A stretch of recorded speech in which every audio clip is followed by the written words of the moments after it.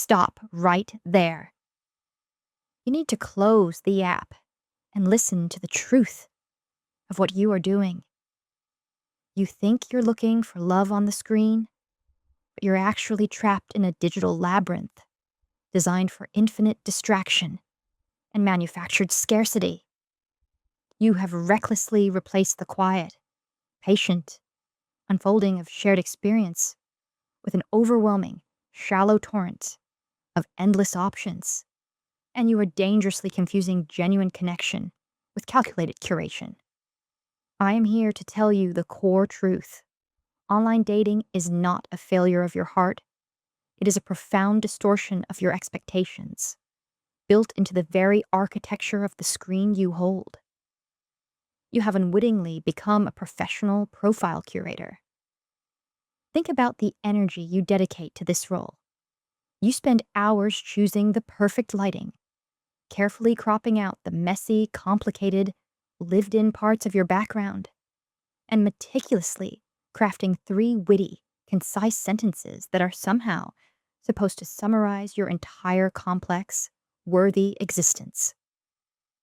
You are intentionally presenting a highlight reel of your life, and then, inexplicably, you are shocked, disappointed, and often resentful when you meet a static stranger who doesn't match the flawless, 5-star movie trailer they posted.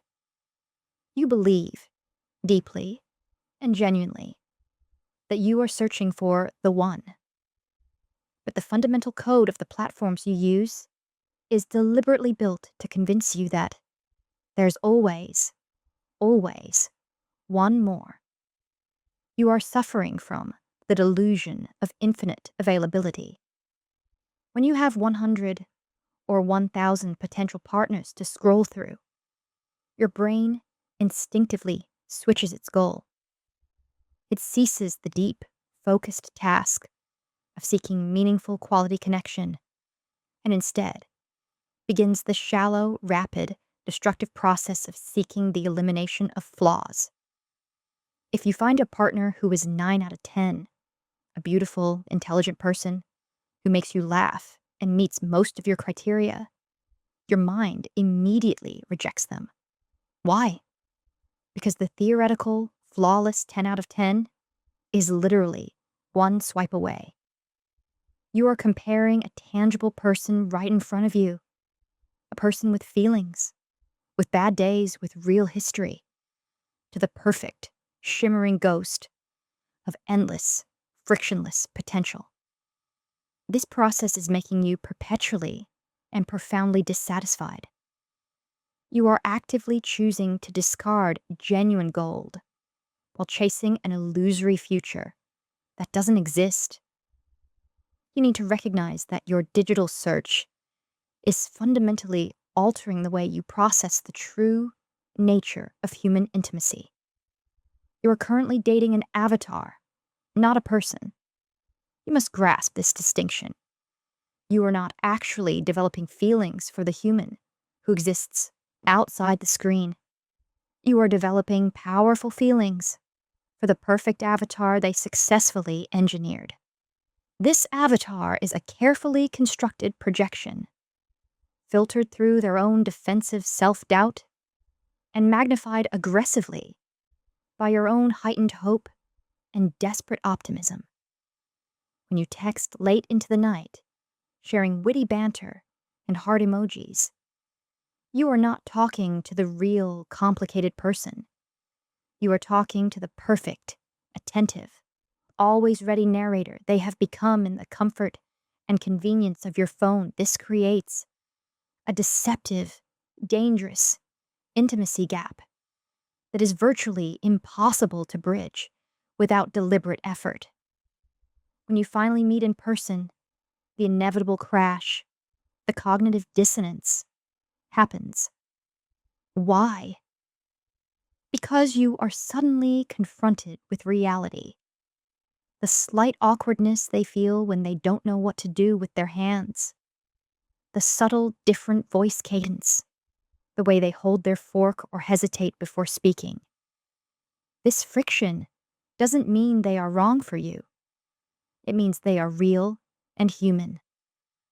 You are discarding genuine, complex human connection because the real life version doesn't perfectly match the flawless digital script you wrote for them over 2 weeks of idealized texting. You must shorten the digital phase. You must aggressively prioritize presence and proximity. You cannot, under any circumstances, assess chemistry, humor, or long term potential over a screen. Chemistry is built on shared laughter, subtle body language, awkward silences, and messy, unedited moments of pure human existence. You deserve a relationship that can withstand the honest friction of 3 dimensions, not just the filtered ease of 2. And you must internalize this critical truth. You are mistaking sheer availability for true vulnerability. You are constantly available on the apps. You are swiping while eating dinner. You are replying immediately while walking the dog. But you are not being truly vulnerable. True vulnerability is risking rejection on your actual, honest core self. It is admitting a core insecurity to their face. It is saying, "This is my messy kitchen, and this is my complicated past." Instead of this courage, you engage in low stakes emotional labor. You send fire emojis and carefully curated anecdotes that reveal nothing profound about the depths of your core self. You use ghosting, that silent, cowardly, passive aggressive exit, as a form of conflict resolution because it requires zero accountability or effort. You are protecting yourself from genuine hurt by keeping every interaction shallow. Yet you lie awake at night, wondering why you feel so profoundly, desperately lonely. You are achieving emotional safety at the direct expense of achieving true connection. You must choose courage over comfort.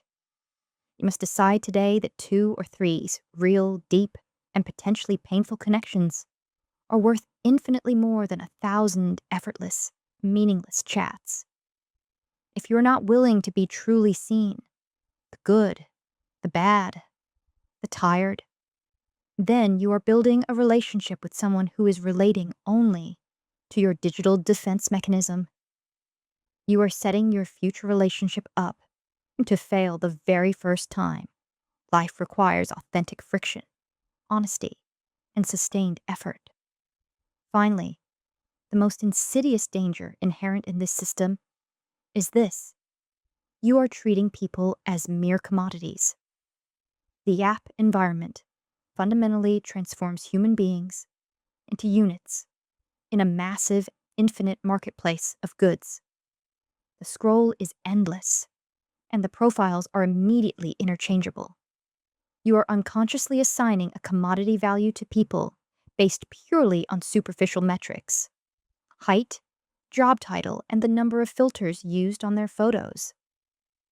When you inevitably encounter a mild inconvenience, they cancel a date because they're sick. They prefer different music. They have a slightly different life goal than you had neatly scripted.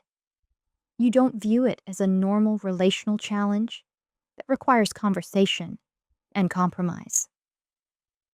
You view it as a product defect. And what do you do with defective products in a marketplace of infinite supply? You toss them instantly and swipe for the next model, the next potential upgrade. You are not searching for a partner. You are shopping for a perfect puzzle piece that flawlessly completes your life.